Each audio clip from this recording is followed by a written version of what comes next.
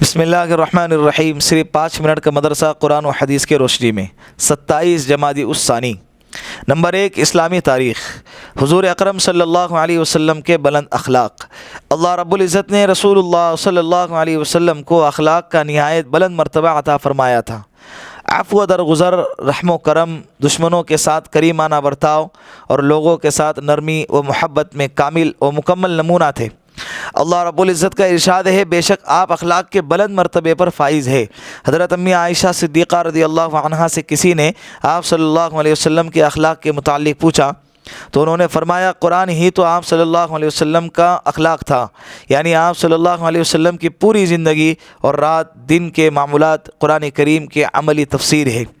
آپ صلی اللہ علیہ وسلم کے رحم دلی کا یہ حال تھا کہ ایک مرتبہ راستہ چلتے ہوئے ایک اعرابی نے چادر پکڑ کر اس زور سے کھینچا کہ آپ صلی اللہ علیہ وسلم کی گردن مبارک پر نشان آ گیا۔ پھر سخت کلامی کرتے ہوئے کہنے لگا، اے محمد، اللہ کا جو مال آپ صلی اللہ علیہ وسلم کے پاس ہے وہ مجھے بھی دینے کا حکم دیجیے۔ اس قدر گستاخی سے پیش آنے کے باوجود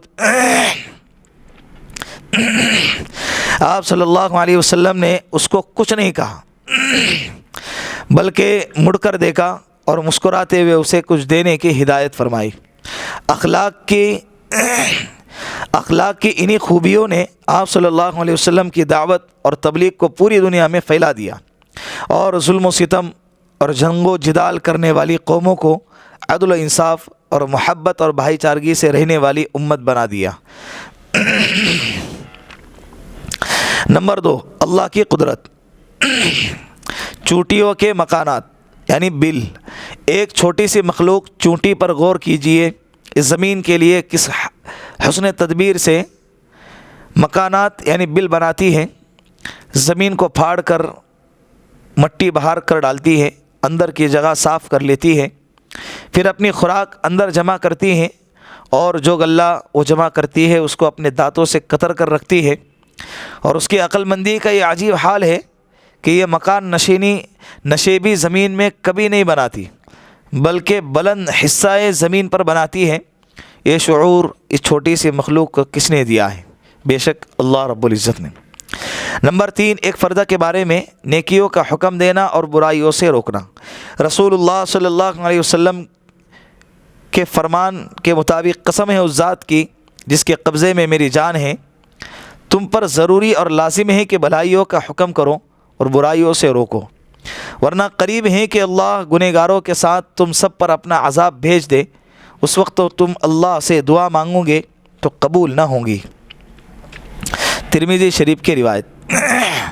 نوٹ: نیکیوں کا حکم دینا اور برائیوں سے روکنا امت کے ہر فرد پر اپنی حیثیت اور طاقت کے مطابق لازم اور ضروری ہے۔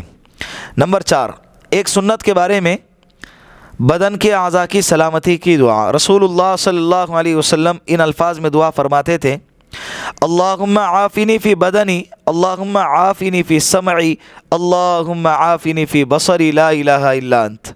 ترجمہ: اے اللہ میری بدن میں عافیت عطا فرما اور اے اللہ میرے کان آنکھ میں عافیت دے، بس تو ہی سچا معبود ہے، تیرے سوا کوئی معبود نہیں۔ ابو داؤد شریف کی روایت۔ نمبر 5، ایک اہم عمل کی فضیلت، جنت کا خزانہ۔ رسول اللہ صلی اللہ علیہ وسلم نے ارشاد فرمایا، لا حول ولا قوت الا باللہ، بکثرت پڑھا کرو اس لیے کہ یہ جنت کے خزانوں میں سے ایک خزانہ ہے۔ ترمذی شریف۔ نمبر 6، ایک گناہ کے بارے میں گانے بجانے کی چیزوں کی خرید و فروخت کرنا۔ رسول اللہ صلی اللہ علیہ وسلم نے ارشاد فرمایا، گانے والی باندیوں کی خرید و فروخت مت کرو اور نہ انہیں خریدو اور نہ ہی انہیں تعلیم دو، ان کی تجارت میں کوئی بھلائی نہیں اور اس کی قیمت حرام ہے۔ ترمذی کی روایت۔ نوٹ: اس روایت سے گانے بجانے کی تمام چیزیں، تمام آلات کی خرید و فروخت ناجائز ہوں گی، جس میں ٹی وی وغیرہ بھی شامل ہے۔ ٹی وی کی خرید و فروخت، ٹی وی کا کاروبار ناجائز اور حرام ہے۔ نمبر 7، دنیا کے بارے میں دنیا کی محبت کا نقصان۔ رسول اللہ صلی اللہ علیہ وسلم نے ارشاد فرمایا، جس شخص نے اللہ سے تعلق کر لیا اس کی حاجتوں کا کفیل اللہ اس کے حاجتوں کا کفیل ہو جائے گا، اور ایسی جگہ سے روزی دیں گا جس کا اسے وہم و گمان بھی نہیں ہوگا۔ اور جو شخص دنیا سے تعلق کر لیتا ہے تو اللہ اس کو دنیا کے حوالے کر دیتا ہے۔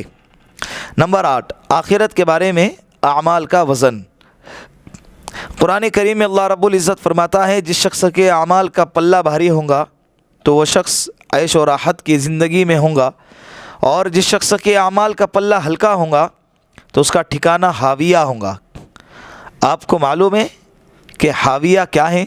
وہ دہکتی ہوئی آگ ہے۔ سورہ قاریعہ۔ نمبر 9، طب نبوی سے علاج، ہر قسم کے درد کا علاج۔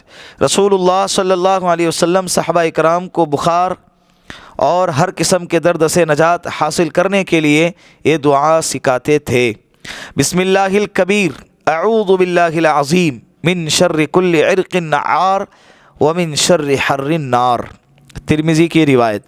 نمبر 10، قرآن کریم کی نصیحت۔